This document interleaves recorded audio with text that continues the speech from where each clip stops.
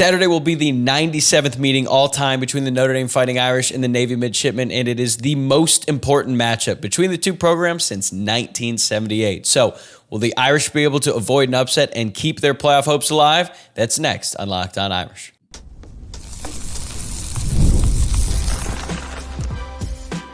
You are Locked On Irish, your daily podcast on the Notre Dame Fighting Irish. Part of the Locked On Podcast Network, your team every day. What's going on, and welcome into Locked On Irish, your daily Notre Dame podcast. I'm your host, Tyler Wojciak. I'm a Notre Dame alum and producer at Fox Sports, and I am thrilled to have you here on Wednesday, October 23rd. And thanks for getting your day started right here by making this your first listen of the day. As always, this show is free and available wherever you get your podcasts, and you can watch the full episode on YouTube. If you are watching along, remember to please like this video below and subscribe to the channel. Or if you're listening to the podcast, please rate, review, and subscribe on your preferred platform.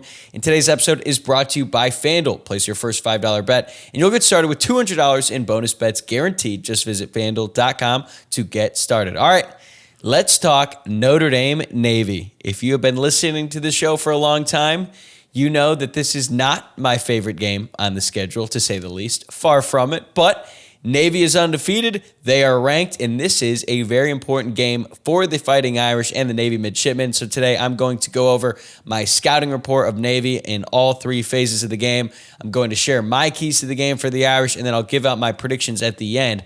But let's start with what you need to know about this one and why the stakes for this particular matchup are so high compared to the past. Kickoff is set for noon Eastern in MetLife Stadium, which is located in East Rutherford, New Jersey. And this game will be broadcast on ABC. You're going to have Sean McDonough and Greg McElroy on the call with Molly McGrath on the sideline. It's an ESPN ABC game, so expect a lot of talk about the playoff in this one. And the weather looks perfect. Absolutely perfect football weather. Mostly cloudy early on, but then it should open up in the afternoon. High of 68 with 10 to 20 mile an hour winds. And Notre Dame leads the all-time series 80-13-1. Now, a couple of those games were vacated, but still, Notre Dame has dominated this series from the beginning until now. The Irish are on a 6-game winning streak, and they have won 11 out of the last 12. Their last loss to Navy came in 2016 when they played in Jacksonville, which is pretty random. And just last year, the Irish stomped Navy 42-3 during the season opener in Dublin, Ireland. I was there, had an unbelievable time, one of the most memorable games I've ever been to, and the score wasn't even really that close. Notre Dame dominated that game all the way through in all three phases of the game. But this is a much different Navy team. It is the second season under Brian Newberry as the head coach. He actually made his debut as a head coach against Notre Dame, but he's been around the Navy program for a few years now. He took over as Navy's defensive coordinator in 2019. Then he was promoted to head coach after the 2022 season. They finished 5-7 last year in his debut season, but they are 6-0 on the season and 4-0 in the American Athletic Conference to start the year. This is the first time they have started off 6-0 since the Jimmy Carter administration. If you've seen him lately, you know it's been a long time, and they have won every game this season by double digits, and they are outscoring their opponents by an average of 25.2 points per game. That being said, Notre Dame is still favored. Right now, the spread is minus 12.5 on FanDuel, and the over-under is 51.5. The books opened at 14, and a lot of public money is on Navy. They're getting a lot of points in this one. They're undefeated, and I think people are seeing the highlights, and they're like, wow, Navy, they're actually good this year. Same with Army, too. But the public doesn't really move the line, so that is why Notre Dame is still the heavy favorite in this one. But still, despite the fact that Notre Dame is a double-digit favorite, to me, this is the most important matchup between Notre Dame and Navy in over 4 decades. This is the first time they've played when they're both ranked since 2019, but in that year, Notre Dame was ranked 16th, Navy was 25th, and everyone was betting on Navy in that game. Well, Notre Dame won that one 52-20, and it was 38-3 at halftime. But by that point in the season, Notre Dame was out of the playoff picture. Navy was just like a fun story that just cracked the rankings. Even though they were ranked, it didn't really have any real implications for the rest of college football. Prior to 2019, the last time that these two teams played each other when they were both ranked was 1978 inside Cleveland Municipal Stadium. Notre Dame was 15th, Navy was 11th, and the Irish won that game 27-7. Now, this is not Notre Dame's fault that these teams aren't playing when they're both ranked, because Navy has been bad for a really long time. This week is actually just the 26th time in the last 50 years. It's 26 weeks out of 50 years think about that for a second, that they were ranked in the AP poll. They were ranked a few weeks in 2015, but Notre Dame did not play them when they were ranked that year, and they actually went unranked from 2005 through 2014, and also from 1980 through 2003. And neither team is going to play for a national championship this year, most likely. But still, it is a very important matchup now, and it was a very important matchup back in 1978. There are real stakes for both teams in this game. Because if Notre Dame wins, it'll be their third-ranked win of the season, and they'll have a great chance to finish 11-1 and make the college football playoff. If Navy wins, they're going to be in the driver's seat to make the college football playoff. But a loss to Notre Dame would not eliminate them like it would for Notre Dame if they were to lose to Navy. Like every game for Notre Dame throughout the rest of the regular season is basically an elimination game. Even though technically a 10-2 team is probably going to make the playoff, maybe multiple 10-2 teams. I just don't think Notre Dame is going to be one of them given the fact that their schedule is even weaker than we thought it would be. But if you're Navy and you get a win against Notre Dame and then you win the American Athletic Conference, I believe that puts them in a perfect position to be the highest ranked Group of 5 conference champion and then make the college football playoff. They're also going to have to play Navy later in the year, potentially twice if they play Navy in the regular season and also in the American Athletic Conference Championship, and they're also undefeated. So there are still big games left on the schedule for Navy and Notre Dame, but there is a lot riding on this game. And if you are Notre Dame, you have to come out ready to play. The Irish are on a 5-game winning streak. They have never won more than 5 games in a row under Marcus Freeman. And what has been the biggest issue of the Freeman era so far? Something that he's even admitted himself.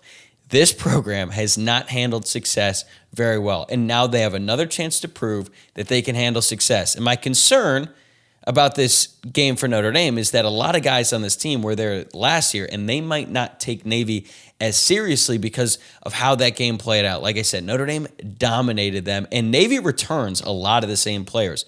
But if this team does not come out ready to go, they could easily lose to Navy because Navy is going to be ready. They understand the stakes in this matchup. They understand that this win would be such a huge win for this program. And I don't want to say that this is their Super Bowl because I think that's a bit of a cliche, and Navy people definitely care more about that game against Army than they do against Notre Dame. But this is still a very important game for them. They recognize the stakes. They recognize the history, the tradition, all of that is involved with this rivalry, and it's pretty damn close to the Army game for them, and I think that they believe they could win this game. Their head coach, Brian Newberry, even said it in his press conference, quote, "It doesn't take a miracle, it doesn't take anything superhuman to beat Notre Dame." They should have confidence because they watched a MAC team walk into Notre Dame Stadium and beat them.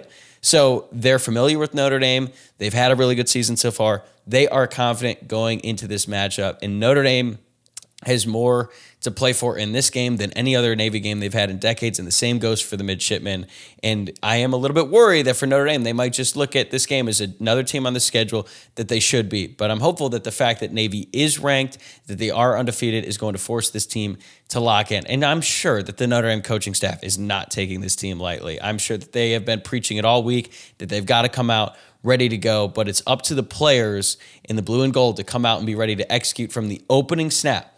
If they do that, they'll win this game, and they should win rather easily because they just have better players across the board. But as we know, the team with the best players does not always win, and Saturday is going to be a great test for both programs. Like, even if Navy were to lose this game by, let's say, like 10 points or something, but they give Notre Dame a real fight, that is going to help them down the road if they were to win the American Athletic Conference, and that is going to be, it's just such an important game for their resume when it comes to the college football playoff, regardless of the result. So they're going to come out ready to play. Notre Dame has to come out ready to play as well, and in a rivalry that is nearing 100 games total, this will be the biggest one in over 4 decades. I'm not going to say I can't wait because that would be lying. Honestly, most of the time watching Notre Dame play Navy is like a trip to the dentist, but I am excited to see if this Notre Dame team is ready for the challenge because make no mistake about it, this will be a challenge for Notre Dame. But just how big of a challenge is it? Like, how good is Navy's high-powered offense? And has Navy's defense really improved that much from last year? More on that right after this. Today's episode is sponsored by LinkedIn. When you're hiring for your small business, you want to find quality professionals that are right for the role. That's why you have to check out LinkedIn Jobs. LinkedIn Jobs has the tools to help find the right professionals for your team faster and for free. Speaking from my own experience, I know that whenever we're looking to make a new hire, we use LinkedIn to help find the perfect new team member, and it is so easy because they do the heavy lifting. LinkedIn is not just a job board. They help you hire professionals that you can't find anywhere else, even those who aren't actively searching for a new job, but they might be open to the perfect role. In a given month, over 70% of LinkedIn users don't visit other leading job sites. So if you're not looking on LinkedIn, you're looking in the wrong place. On LinkedIn, 86% of small businesses get a qualified candidate within 24 hours. Hire professionals like a professional on LinkedIn. Post your job for free at linkedin.com/lockedoncollege. That's linkedin.com/lockedoncollege to post your job for free. Terms and conditions apply.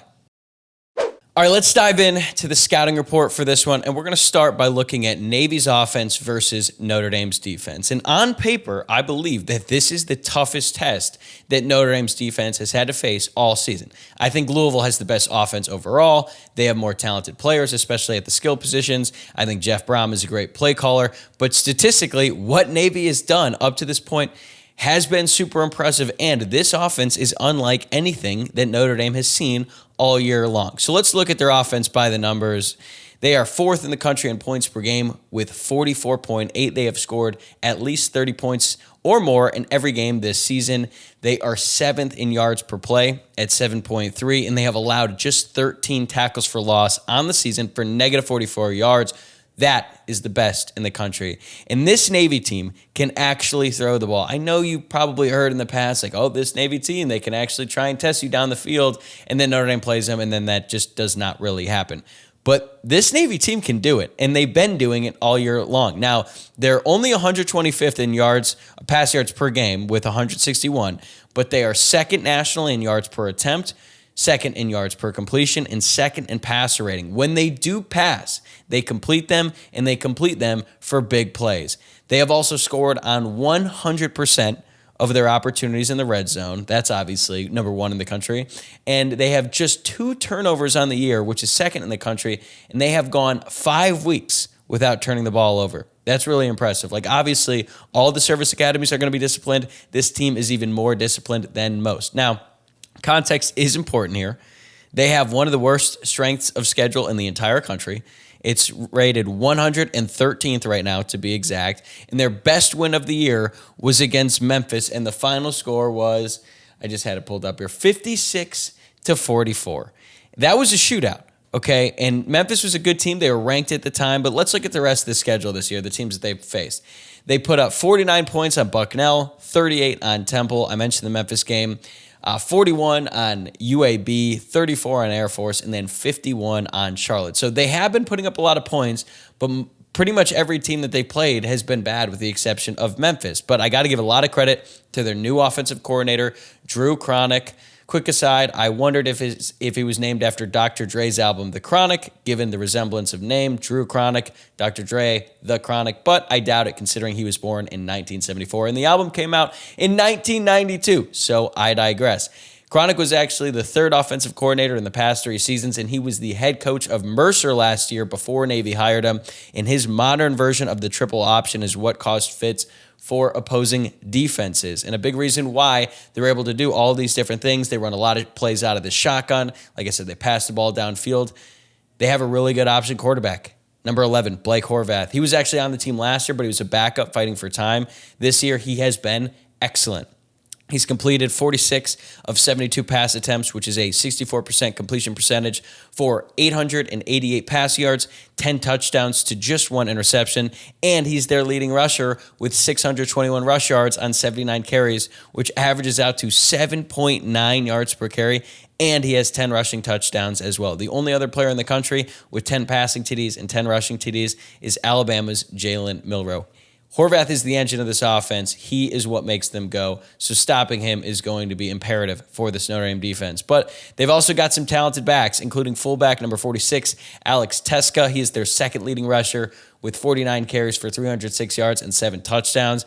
Getting him on the ground is crucial for this Notre Dame defense because 211 of those 306 rushing yards came after contact, and he leads the team with 15 forced missed tackles this year. Notre Dame was able to hold him in check last year. He had just 38 rush yards on 8 carries, but he has been much better this year compared to last. Outside of Horvath and the fullback, another guy that scares me the most is number 22, Eli Heidenreich. He is their best receiving threat, and he's also a good ball carrier.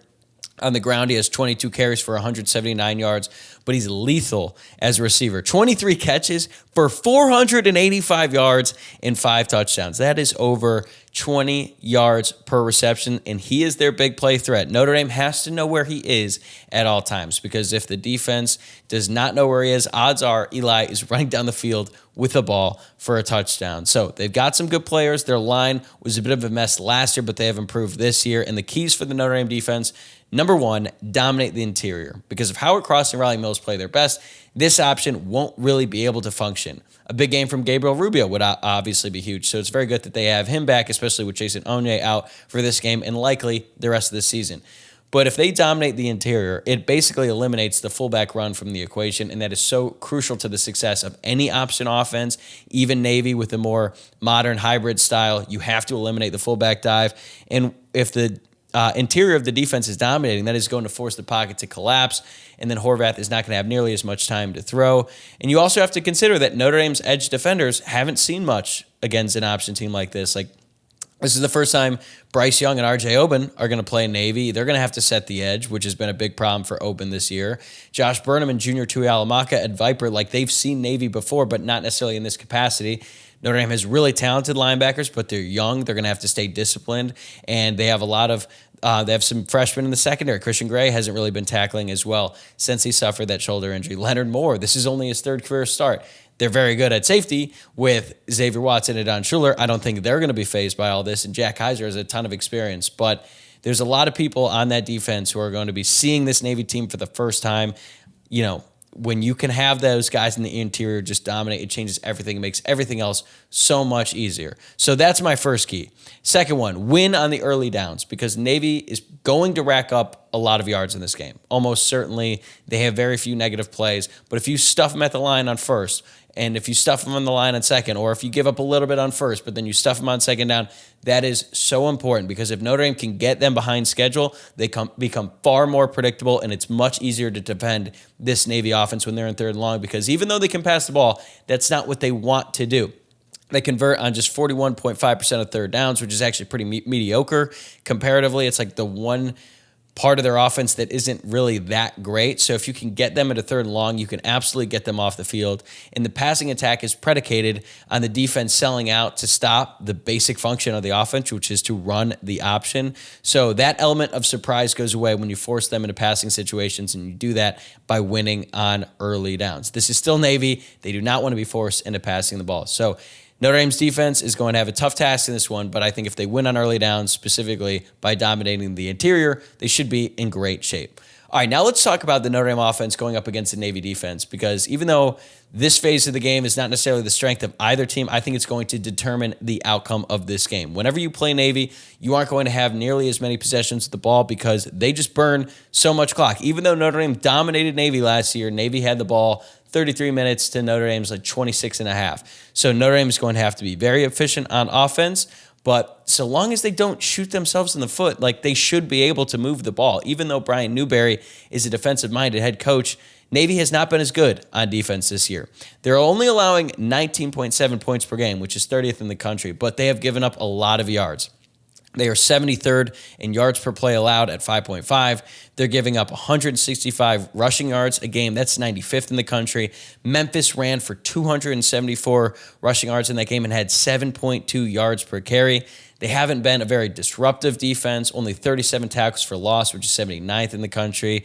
They are a little bit better against the pass, but really not by much. They are allowing 7.2 yards per attempt, that's 71st. 12.8 yards per completions, that's even worse, 82nd in the country.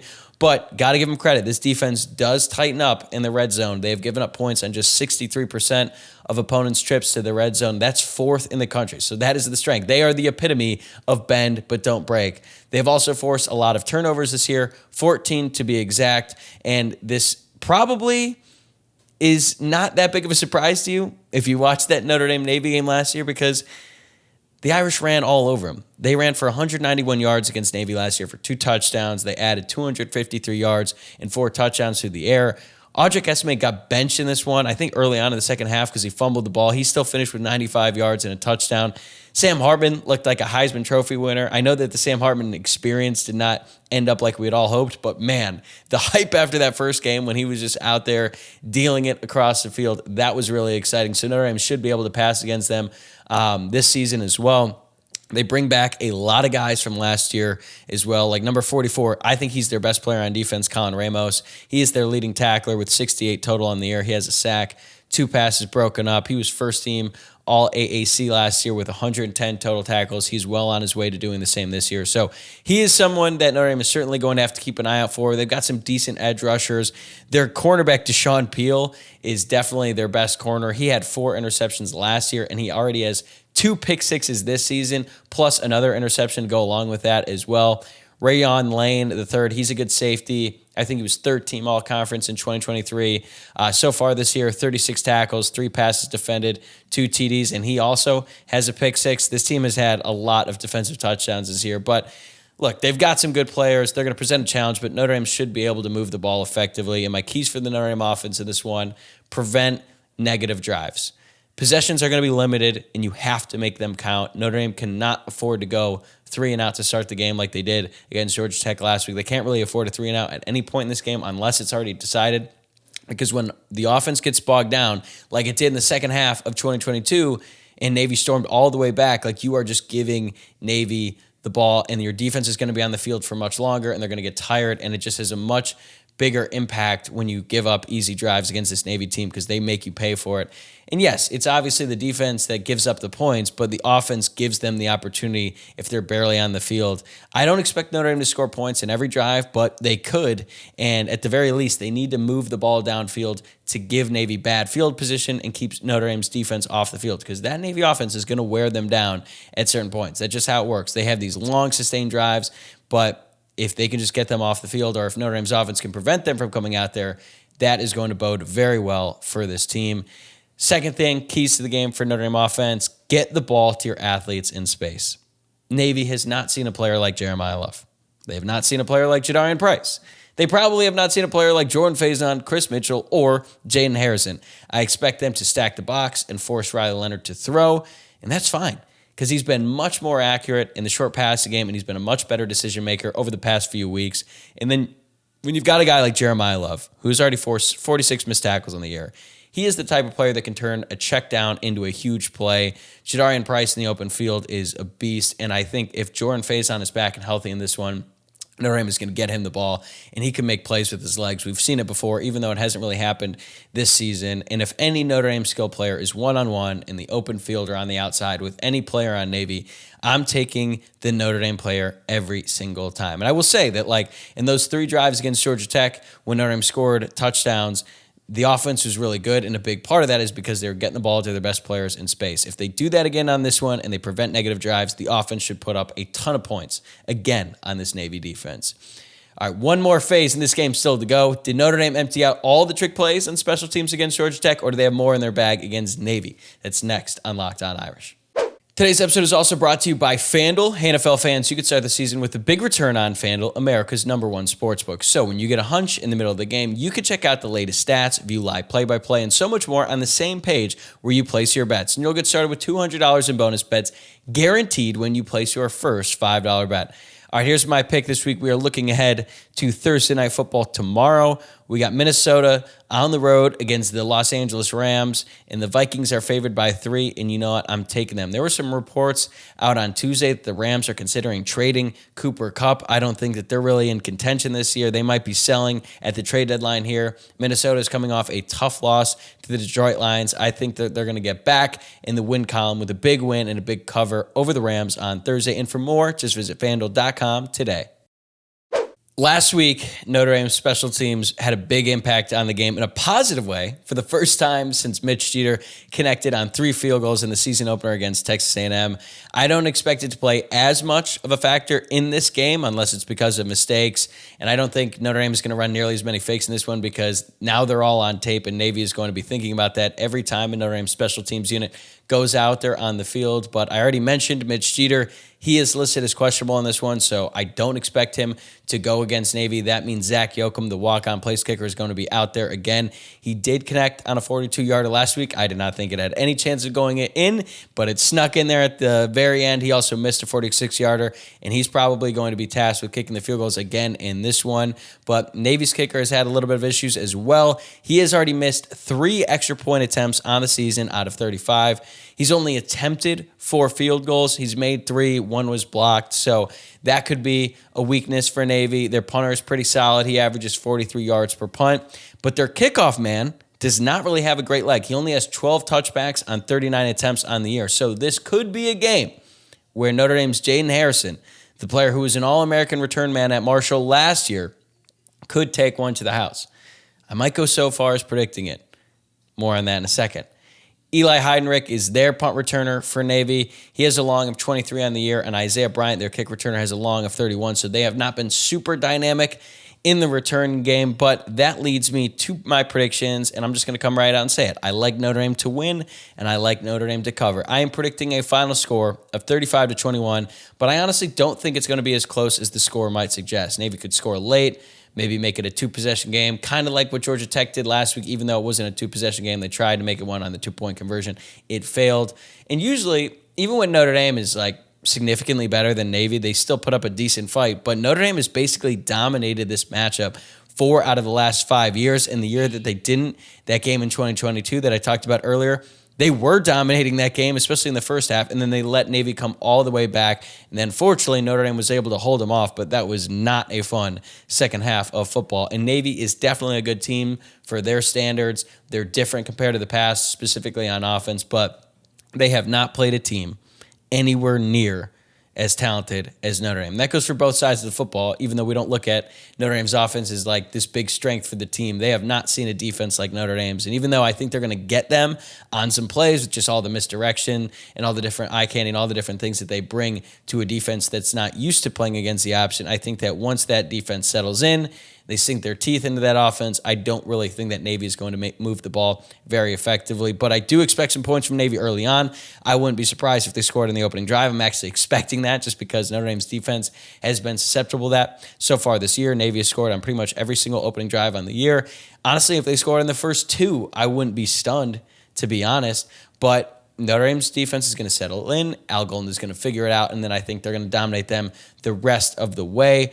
As I've said, Notre Dame's offense it's really their job to put this one away, and I think that they could do it early, but I think it's actually going to be more in the second half because I think Navy's going to come out. They're going to score some points. Notre Dame's offense is also going to be rolling. I think they're going to run the ball at will with Jeremiah Love, Jadarian Price, and they're going to be able to use Riley Leonard, especially on like third down situations. So Notre Dame is going to be able to run the ball, and I think that once they get to the second half, it's probably going to be a competitive game, and then Notre Dame is going to run away with it. Like I said, the offense has steadily improved every single week since the Northern Illinois game. And even though they had a brief setback in the second half against Georgia Tech, I really like the different things that they're doing. It looks like Riley Leonard is a lot more comfortable back there. So as long as they get the ball to the athletes in space and let them go to work on offense and then on defense, yeah, sure, you might give up a touchdown on the opening drive, but then shut them down the rest of the game. And then on special teams, avoid the big mistakes. If Notre Dame does all 3 of those things, they should blow this team out, honestly, because they are better. But if they're going to do all those 3 things, they have to come out and be ready to go. This is a big test for the team mentally because it's really a matter of, are they going to take Navy seriously? Are they going to be ready to go at noon Eastern in an NFL stadium that probably is not going to be packed? To me, that is the only way that Notre Dame can lose this game because Navy is certainly good enough to pose a threat, but if this Notre Dame team is focused and ready, they are going to win this game. But if they are not locked in, and we have seen this team before, when they are not locked in, it is not pretty. They could absolutely get upset by the Navy Midshipmen. But I don't think that's going to happen. I think they're going to come out. They're going to be ready to go because Navy is ranked. They're undefeated. And because this is the most important matchup between these schools since 1978. These teams play a lot, and it's rarely ever as important as this one. So it should be fun, man. Notre Dame has a lot to prove in this one. I think they're going to do it, and I like the Irish 35-21. All right, that's a wrap for this episode. Thanks again for making Locked On Irish your first listen of the day. Quick announcement before I go. You are going to see a new episode on the feed on Saturday after the game, but it's actually not going to be me. It's going to be Joe George. He is the new host of Locked On Chicago's Postcasts, which are basically exactly what they sound like, podcasts right after a game, and they are including Notre Dame in that group of Chicago teams and programs as well. So George is a sports radio host in Houston, but he has a bunch of connections to Chicago. So if you see an episode on the feed Saturday that's not me, it's him, but I'm sure it's going to be great. I'm going to be in Louisville for a wedding, so I won't be able to do my instant reaction for this one, but keep an eye out for that. And as always, remember to subscribe on YouTube or wherever you're listening to the podcast, and I'll see you all tomorrow.